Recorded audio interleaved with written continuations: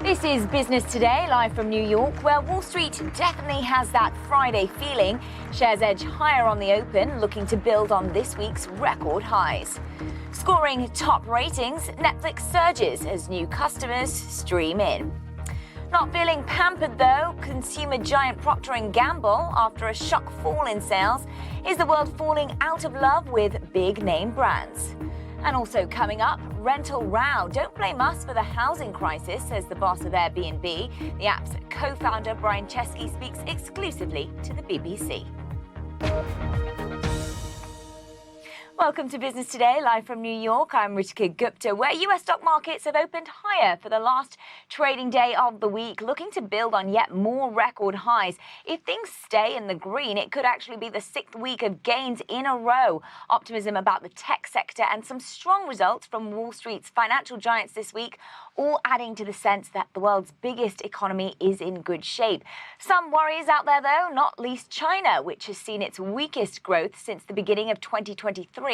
And a warning note from the IMF as it prepares for its annual meetings next week that government debt will reach a record $100 trillion this year. Let's bring in Seamus Smythe for more on all of this. He's the chief economist at Virtus Investment Partners here in New York. So let's start off here in the US. We did get some positive data this week. Retail sales data coming in better than expected. That was after a blowout jobs report. Consumer inflation coming in a little hotter than expected. So what do you make of all this? Are we heading for a soft landing? And what does it mean for the Fed when it meets next month? The markets are at least expecting a 0.25 percentage point cut to rates. Yeah, and I guess I would start by saying we don't know for sure if we're getting a soft landing at this point. But if we are going to get a soft landing, what we've been seeing over the last 3 to 6 months is what a soft landing would look like, where you get data that continues to broadly be positive, consistent with the economy continuing to grow at a fairly rapid clip, still looking as if you're sort of in the 2.5% to 3% range for the third quarter, and the employment side doing a little bit better than we saw through the summer.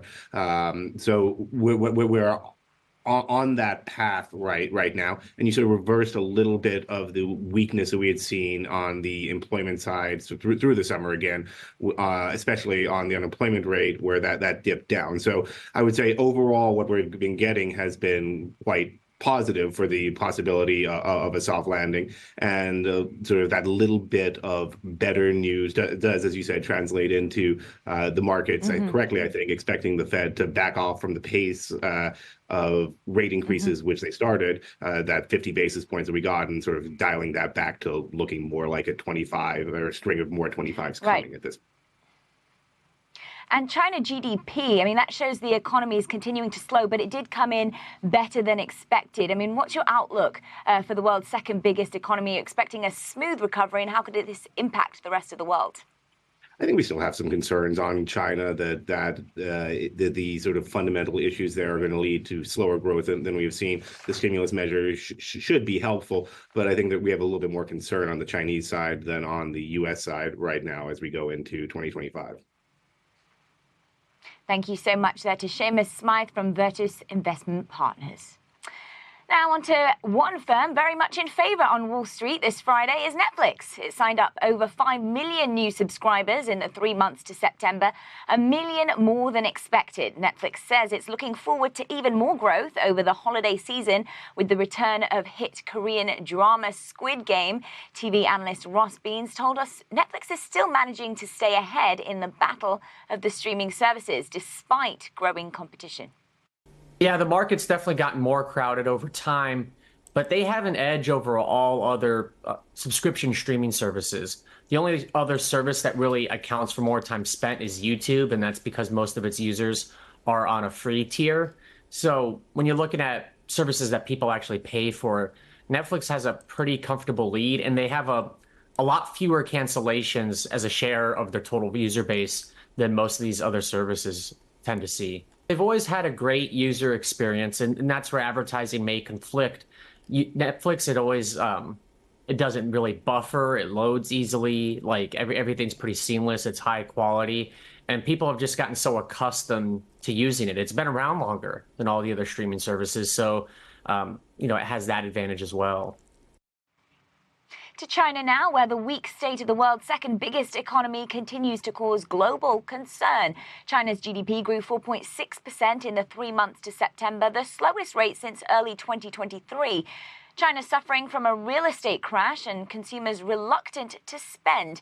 In recent weeks, Beijing has announced a raft of interventions all aimed at supporting the property market and encouraging people to spend money. We asked China economist Rory Green whether any of it is working.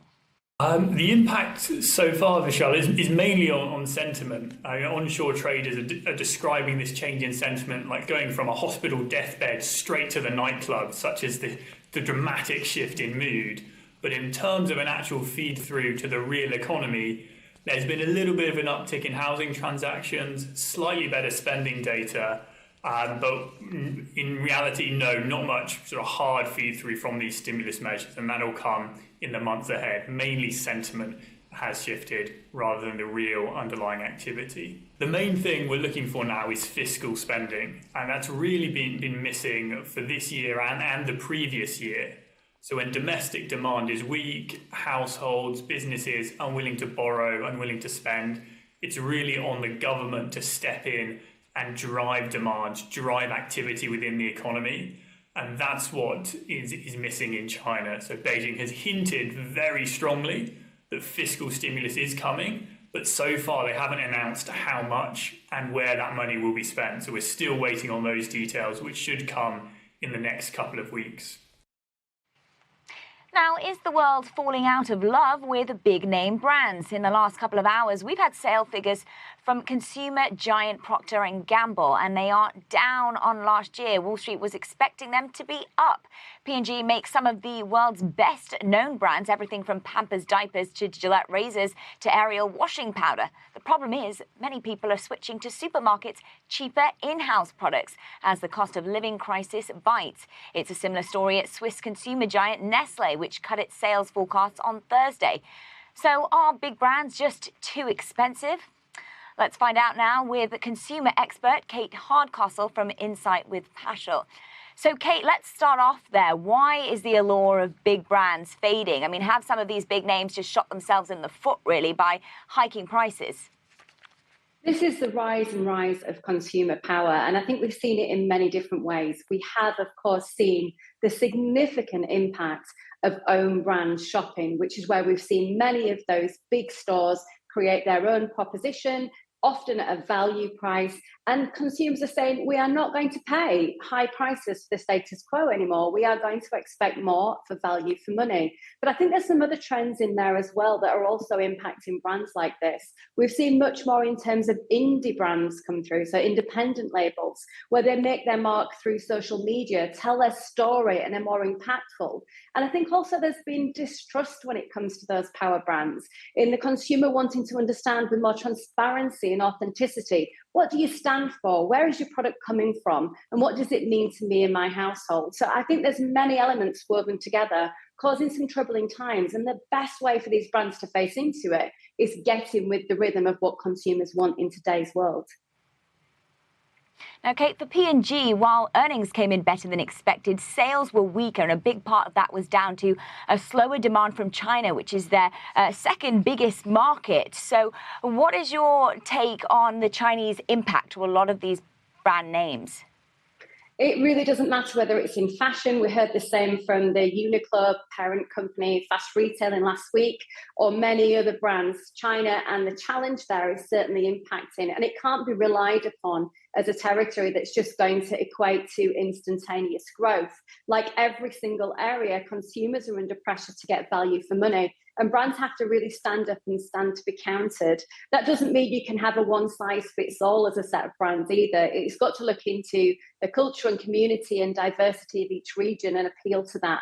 And I think the one thing that does unite, though, is consumers understanding that when it comes to value proposition, when it comes to independent brands that have a different type of messaging, or indeed whether it's just a case of a make do amend in some situations, consumers are very price aware and they're wanting value and much more bang for their buck. And we'll have to leave it there. Thank you so much to Kate Hardcastle from Insight with Passion. Finally, to Airbnb. The tech giant has transformed the way many of us travel, giving access to millions of privately owned homes as an alternative to hotels. But it's also been accused of contributing to a housing crisis in many cities, as it's often far more lucrative to Airbnb properties rather than rent them to long-term tenants. As housing prices have risen, some cities have been banning Airbnbs altogether. The BBC's Ty Genwright asked the company's co-founder and chief executive, Brian Chesky, about the accusations. I generally do not think that Airbnb is contributing to the housing crisis in very large cities, at least not nearly to the extent that some of our critics have pointed out. And let me just kind of back up and say this. I don't want to ever say that Airbnb is not contributing to any problems anywhere. You know, we built a platform. That platform is now used hundreds of millions of times a year. We handle more money through Airbnb than the GDP of the country of Croatia. And so just to give you a sense, we have nearly 4 million people a night staying in Airbnb. And I can't be here and tell you that every single thing is something we can defend, because we're a platform. And when you build a platform, it's used for unintended consequences. So in the past, there have been people that have taken homes off the market. There have been major concerns from cities. So we've worked with cities around the world to establish, sensible laws, regulations, and restrictions about who can host and how many days they can host. So do you respect, though, when cities like New York, like Miami, do decide to implement these new restrictions, even if you don't agree that they're gonna work? Yes, a city has a right to determine how they want to govern and what they want to restrict and not restrict. Let me just say this, though, about take a city like New York. It's not like the city of New York made a decision. If you were to ask broadly the city of New York, I think there's quite a bit of support for Airbnb to exist, at least with some restrictions. I don't think the majority of people in the city of New York thought a ban was the best solution. It was a bit of a it was like a bit of a giant hatchet approach. So I do think there is a more sensible solution. I respect cities' concerns that many cities around the world have not built enough housing and they need more housing. And I absolutely respect the city's desire to be able to control their destiny. I just want to, again, remind cities that I think we can be part of the solution, not be the problem. Let's take a look at the markets. Over in Europe, we're seeing stocks broadly higher. The FTSE 100, though, in the red. And taking a look at oil, down today. It's actually heading to its worst week in over a month. And here in the US, stocks higher, Netflix giving them a boost. And that's all we have time for. Thanks for watching. Goodbye.